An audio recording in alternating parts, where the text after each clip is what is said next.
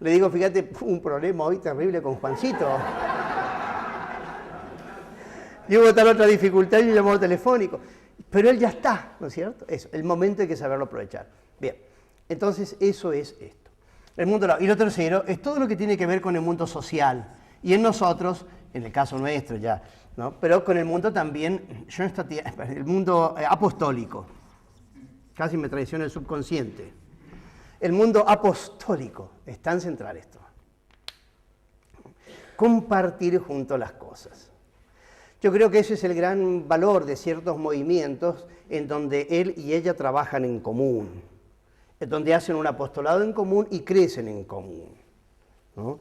Cuando tenemos movimientos que promueven el matrimonio y la familia al igual, y no ellas por su lado y ellos por el suyo. Bueno, son caminos, ¿viste? Siempre todo es posible. Pero yo creo que favorece mucho cuando los dos en el mundo social trabajan más o menos en común. Esto no significa de que él no tenga sus amigos y ella no tenga las suyas, los suyos, pero es importantísimo que tengamos cosas comunes en el mundo social y también sobre todo en el mundo apostólico, que el trabajo compartido multiplica y potencia nuestro encuentro.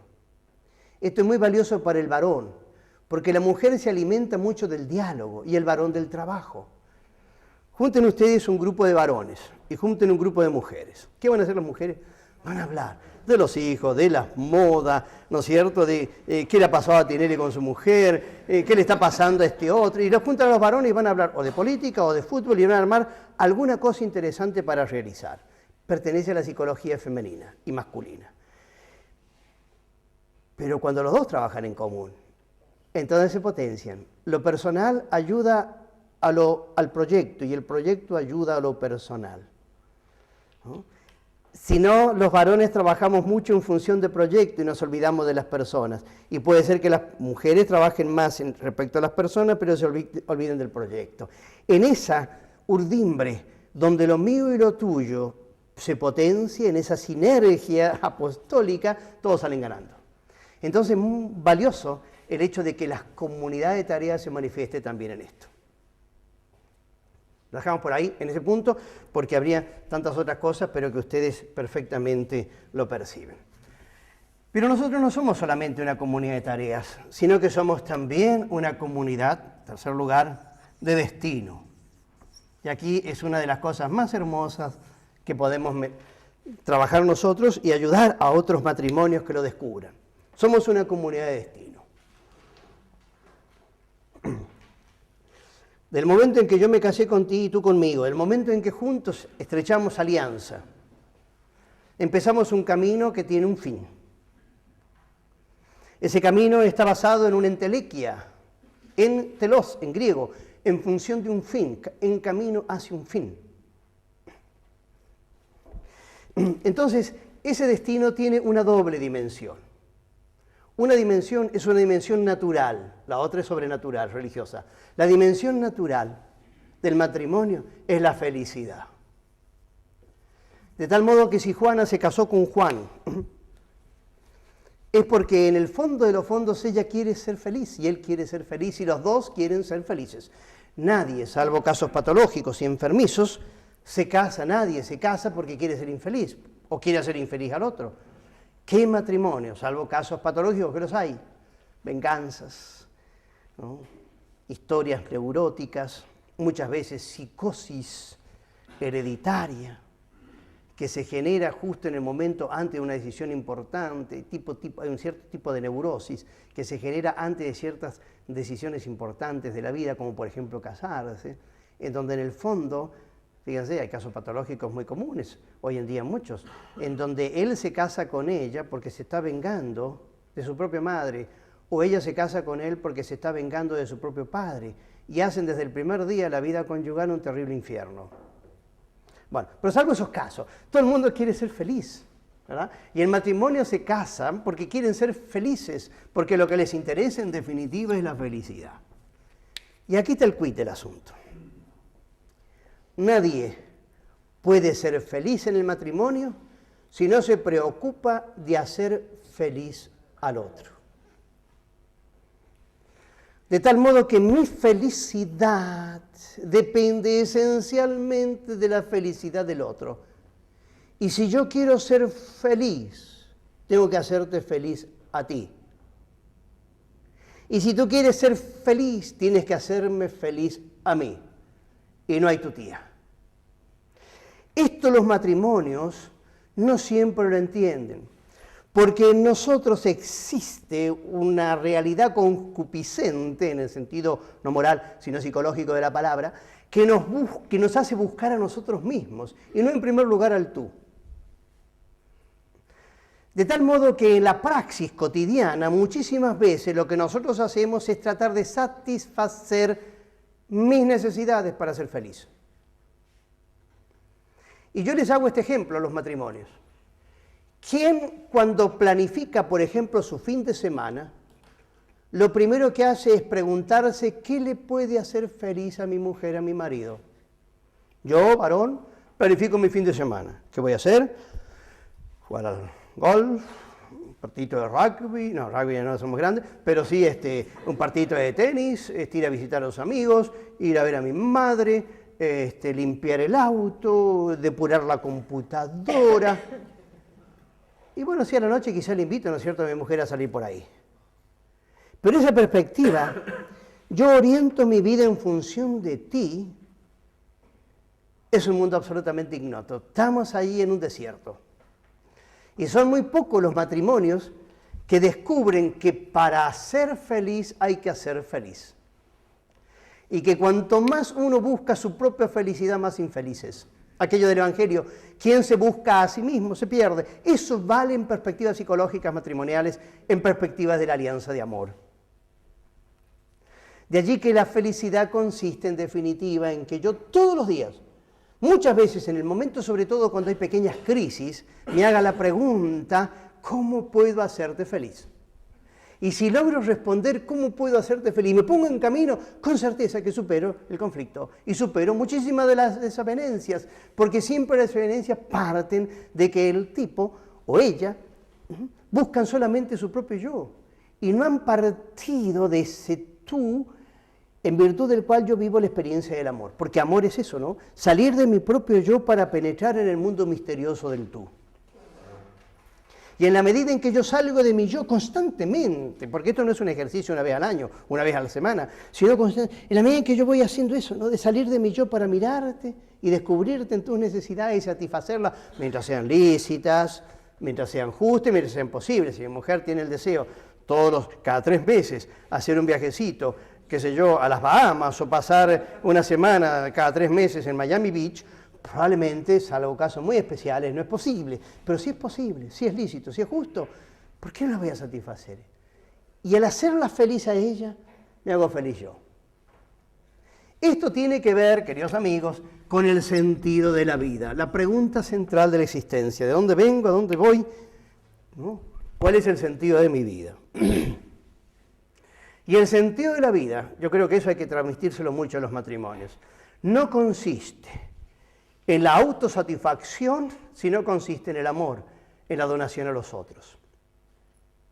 Que una cosa tiene sentido cuando puede estar en función del otro. Este viaje tiene sentido porque lo hago contigo.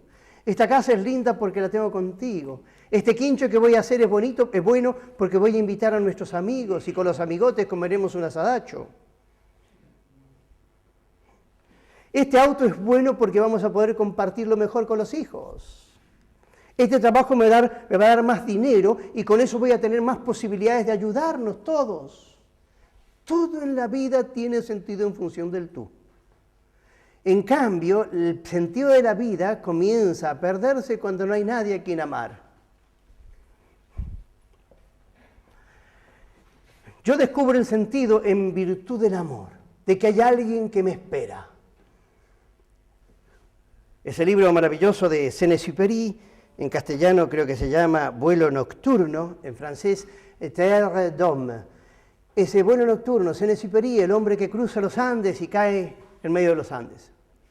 3 días lo busca la gendarmería chilena y no lo encuentra, lo dan por perdido. Al 4º o 5º día aparece el hombre Y los gendarmes lo toman y le dicen, ¿cómo hizo usted? Y el tipo dice, un animal no lo habría hecho. Pero el pensamiento, hay alguien que cree que estoy vivo, me ayudó a seguir andando.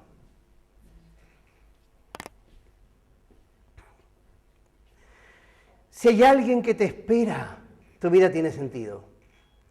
Y si no hay nadie que te espera, tu vida perdió sentido. Nadie se suicida, salvo casos patológicos, si hay alguien que lo está esperando. Nadie.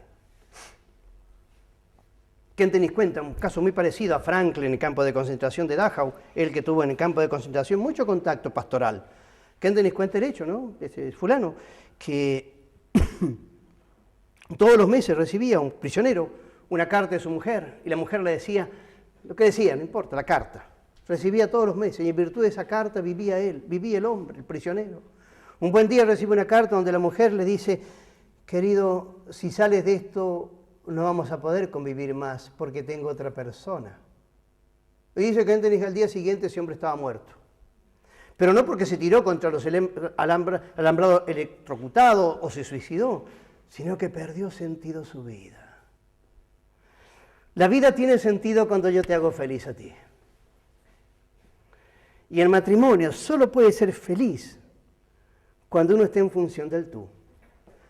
Como el otro también está en función de mí.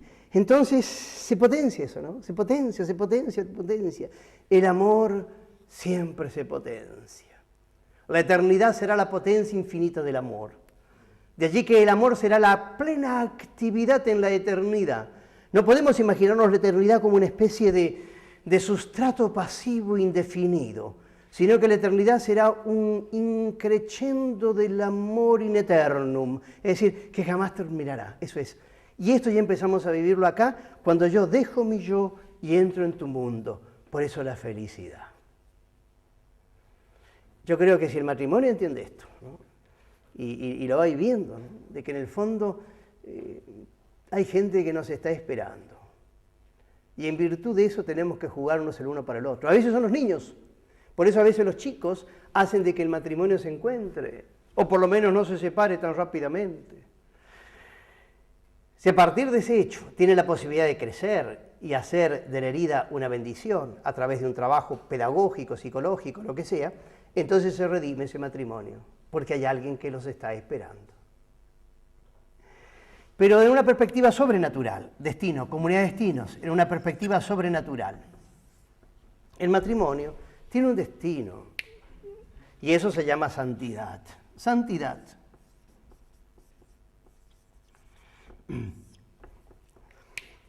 Así como estamos hechos para la felicidad, como el ave está hecho para volar y el pez está hecho para el agua, así también religiosamente estamos hechos para la santidad, aunque la palabra nos quede grande. La santidad consiste en la vivencia plena del amor. Por eso la santidad no es en primer lugar el ejercicio de acciones, no es el cumplimiento de leyes imperativas, lo es también de alguna manera, pero no es ante todo la santidad, no es eso, no es el cumplimiento de leyes, de normas, sino que es el cumplimiento del amor, es la vivencia plena del amor.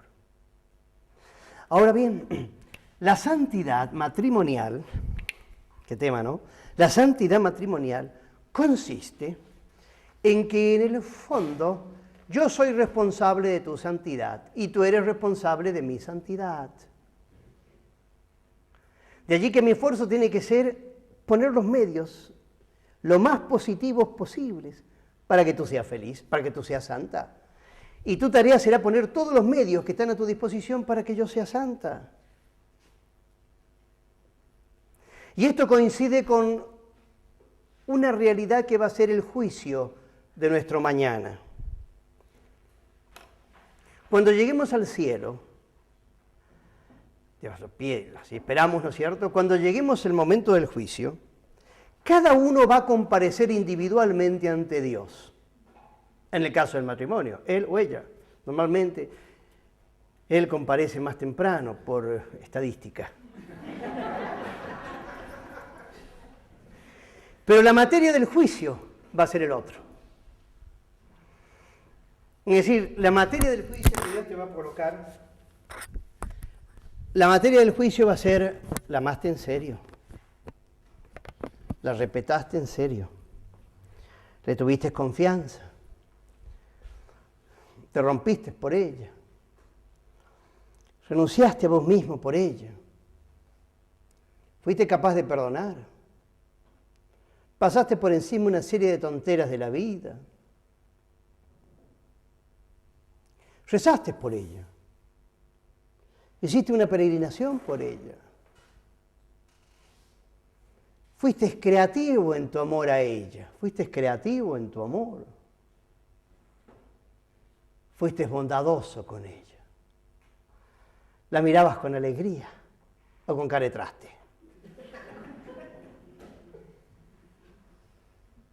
Fuiste ingenioso. Empezaste todos los días el amor hacia ella como si fuese la primera vez. Cuando buscaste tu acto sexual matrimonial, ¿te interesó solamente tu felicidad y tu placer o el placer y la felicidad de ella? De allí que la materia del juicio va a ser el otro. Cuando yo llegue al cielo, así lo espero, ¿no es cierto? Dios no va a preguntar por una persona, va a preguntar, predicaste bien, rezaste, estuviste presente, fuiste buen pastor, uniste a la gente, te comportaste decentemente, cumpliste con tu celibato. Eso me va a preguntar a mí individualmente. Pero la materia del juicio de ustedes va a ser el otro. Y en la medida en que más o menos zafemos, vamos a tener un lugarcito en el cielo. O sea, tiene que haber por lo menos 2000 razones o 2000 momentos en tu vida que justifican el que llegues al cielo.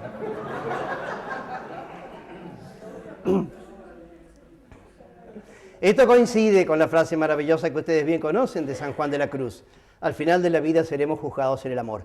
Eso que vale para todos, para los religiosos, para los curas, para todo el mundo, vale especialmente para el matrimonio. Al final de nuestra vida seremos juzgados por el amor. Y fíjense lo que voy a decir. Seremos juzgados por el amor entre nosotros. También por el amor a los hijos, por el amor al cura, párroco, ¿no es cierto? Por el amor a la iglesia, por el amor al obispo, por el amor al papa, todo eso también. Pero en primerísimo lugar por el amor a tu cónyuge. Porque en la medida en que tú amaste a tu cónyuge, vas a amar mejor a tu hijo, a tus hijos. La problemática de los hijos, en primer lugar, es una problemática de los cónyuges. De allí de que si un matrimonio vive su conyugalidad bien, es muy probable que los chicos crezcan sanos, crezcan bien, sean felices también. No es el único factor, desgraciadamente, hay muchos otros elementos que intervienen. Pero fundamentalmente cumplimos nuestro deber si vivimos bien nuestra conyugalidad. Bien, con esto, queridos hermanos, tenemos las estaciones y el misterio de la vida conyugal. Y vamos al último puntito, que serán 3 minutos o 5, no sé. Todo esto no es posible si no contamos con las fuentes de la espiritualidad conyugal. Esta descripción, que ustedes seguramente la hacen y la viven, no es una cosa fácil de vivir, es fácil de decir. La diferencia, ¿no?, entre lo claro y lo fácil y lo complejo y lo difícil. En realidad, la vida conyugal es una cosa fácil de entender, pero difícil de vivir. Estaba una vez en Uruguay, en Carrasco, en una charla, mucha gente, ¿no?, y me pidieron hablar sobre la educación de los hijos. Estaba en un salón muy, muy grande, ¿no? Y entonces después preguntas, y de golpe se levanta una señora, ha tenido unos 40 años más o menos, y dice: usted lo hace tan fácil. Entonces le dije: mire, en realidad no es fácil, es claro, no es fácil, nunca dije que era fácil. La vida conyugal es clara, es sencilla, es vivir la alianza de amor, esa es la espiritualidad. Pero no es fácil. Para eso precisamos de fuentes, donde abrevar nutrientes interiores, para que nunca se seque el amor conyugal, para que el amor primero siempre crezca. Entender que el día del casamiento no es el final del camino, sino el principio. Que no es el dintel, sino el pórtico del amor. Es fundamental. Y para eso entonces, para transitar hacia el pórtico, hacia el dintel, hacia el final de nuestra catedral, que es el matrimonio. Para poder caminar bien y llegar hasta arriba, hace falta que nosotros tengamos medios, herramientas religiosas y humanas, ambas, religiosas y humanas, sin las cuales no hay buen camino. Nos quedamos a mitad de camino, como muchos laicos que se quedan siempre atrás de la iglesia, no se animan hacia adelante. Y muchos se quedan en el pórtico, ¿no?, del matrimonio. La boda de miel. La luna de miel, perdón. La luna de miel. Los primeros tiempos, lo físico. Pero cuando empiezan los problemas nos quedamos atrás, no hacemos el esfuerzo de llegar hacia adelante. ¿Cómo hacerlo? ¿Cómo bucear en un mundo que nos regale siempre aguas y cómo tener las cisternas siempre bien puestas y no agrietadas? Es una gran tarea, ¿verdad? Que también es fácil de decir, pero no siempre es fácil de vivir. Lo primero de ellos, hay dos fuentes, ¿viste?, en la vida conyugal. La primera de ellas tiene que ver con elementos naturales, pero vamos a comenzar esta vez, vamos a empezar con elementos naturales. La naturaleza. Y lo otro es la gracia. Comienzo con la naturaleza porque dice Santo Tomás que la gracia presupone la naturaleza. Pero él también dice lo siguiente, esa misma gracia eleva y perfecciona, eleva la naturaleza. Y Kentenich dice la perfecciona e incluso en muchísimos casos la sana, ha sido su experiencia sacerdotal con muchos matrimonios. De tal modo que la gracia presupone naturaleza, la eleva, la perfecciona. Y en muchos casos hasta incluso la sana, la cura. Entonces, la primera fuente natural, ¿no es cierto? Evidentemente, hay una fuente fundamental sin la cual no se da esto, que es la educación de la vida conyugal, la educación. De la nada no viene nada. Y hay que educar nuestro matrimonio. Hay que estimular a los matrimonios a que se autoeduquen, que es algo muy sencillo. Conocer mis lados fuertes, conocer mis lados débiles y conocer los complementos que tengo que tener. Conocer mis lados fuertes, soy una persona alegre, simpática, me gusta, ¿no es cierto?, tener muchos amigos. Mis lados débiles, hablo demasiado, grito mucho, no me callo, me olvido de los propósitos. Y mis complementos, tengo que mirar más a la otra persona, tengo que callarme más, ¿verdad? Si en el matrimonio los dos trabajan sus lados positivos y sus lados negativos, autoeducación, educación de sí mismo, llamaría Guardini y Kentenich, ¿verdad? Si hay una educación de sí mismo, lo normal es que tengamos caminos para poder crecer en nuestra alianza de amor conyugal. La naturaleza. La naturaleza significa también, queridos amigos, tener cierto grupo humano, y yo insisto mucho hoy en día, cierto grupo humano que me acompañe en este esfuerzo. Nadie puede vivir la conyugalidad bien si no tiene personas con quienes conversar estos temas. Un grupo de gente que me apoye, precisamos laderos. A veces precisamos personas que nos escuchen cuando estamos mal parados, cuando tenemos problemas. Cada uno necesita su desaguadero, decía Santa Teresa. O sea, precisamos de personas que nos escuchen cuando andamos mal, ¿verdad? Precisamos de un grupo humano. Puede ser el grupo parroquial, puede ser un movimiento, puede ser un grupito, ¿no es cierto?, de gente, puede ser personas que nos den una mano. Y hay que estimular al matrimonio a que cuando está más o menos creciendo, ¿verdad?, tenga personas a quienes confiar. Yo personalmente soy de la opinión que hay que hacer mucho trabajo preventivo en los matrimonios jóvenes. Por eso me parece muy importante el que tengamos matrimonios jóvenes, porque ellos son los que pueden prevenir muchos de estos conflictos. Un matrimonio a los 50 años que entre en crisis es muy difícil sacarlo adelante, muy difícil, muy difícil. Lo mismo pasa con la droga y con la adicción. Mucho más importante es prevenir que tratar de curar. Un tipo que es drogadicto, que hace 10 años, ¿no es cierto?, que se inyecta. Un tipo que ha caído, digamos así, no en el paco, sino en el porro fuerte, que hace 10 años que está tomando éxtasis, ese tipo no lo sacás, no lo sacás. Es muy poquito, el porcentaje es un 2% de los que van a terapia que tienen porcentaje, que tienen problemas de adicción que se hacen tratar. Y de ese 2% hay un 2% que sale adelante. 2%, de los 2%, 2%, imagínense ustedes. Que hay que prevenir mucho, ¿no? Hay que prevenir. Lo mismo pasa con el matrimonio. Cuando el matrimonio está en crisis lo podés sacar adelante si los dos tienen buena disponibilidad y quieren salir adelante, pero es difícil. En cambio hay que prevenir mucho, ¿no? Entonces la naturaleza, que la gente se conozca, que en el noviazgo se conozca, trabajar mucho con los matrimonios jóvenes, estimularlos a que hablen los temas, que no se los guarden, que todo es posible de salir adelante si realmente se quieren y jóvenes pueden trabajar este camino de educación. Pero no basta, precisamos la gracia. Sin la gracia que eleva y perfecciona esa naturaleza, hoy en día es muy difícil. ¿Qué significa la gracia? Bueno, ustedes lo saben perfectamente, voy a mencionar 3 elementos. El primero de ellos es la oración de los dos. Y hay que estimular, creo yo, a los matrimonios a que recen en común, que aprendan a rezar en común. La oración individual es la tradicional y la gente llega, si tiene un espíritu espiritual, si tiene una actitud espiritual, llega al matrimonio sabiendo rezar, él y ella. Pero qué lindo cuando los dos lentamente aprendan a rezar en común. Con cosas muy sencillas, el agradecimiento, la petición, el ofrecimiento, el arrepentimiento, actitudes típicas de oración.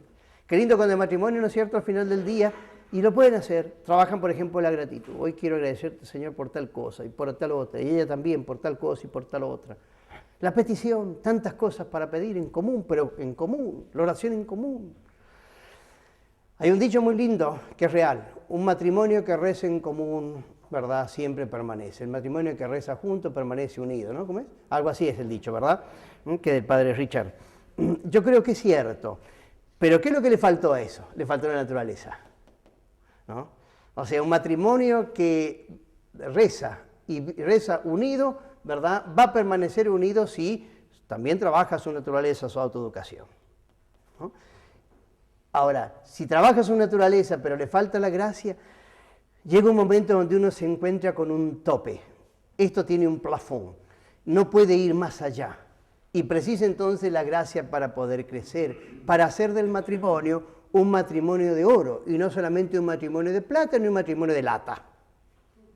Todos ustedes, yo como cura, yo puedo tener un sacerdocio de lata, un sacerdocio de plata, un sacerdocio de oro. Y ustedes también pueden tener un matrimonio de oro, pueden tener un matrimonio de plata o de lata. ¿De lata? Bueno, consiste, todavía seguimos andando, nos respetamos, de vez en cuando, ¿no es cierto?, tenemos buenas cosas, nos lavamos la ropa, tenemos acto sexual, pero no es lindo. Matrimonio de plata, vamos creciendo, nos comprendemos, ¿no es cierto?, pero cada uno vive por su vida. Matrimonio de oro, vivimos la experiencia profunda del amor en todas las consecuencias, en todas las dimensiones. Eso hay que llevarlo a que la oración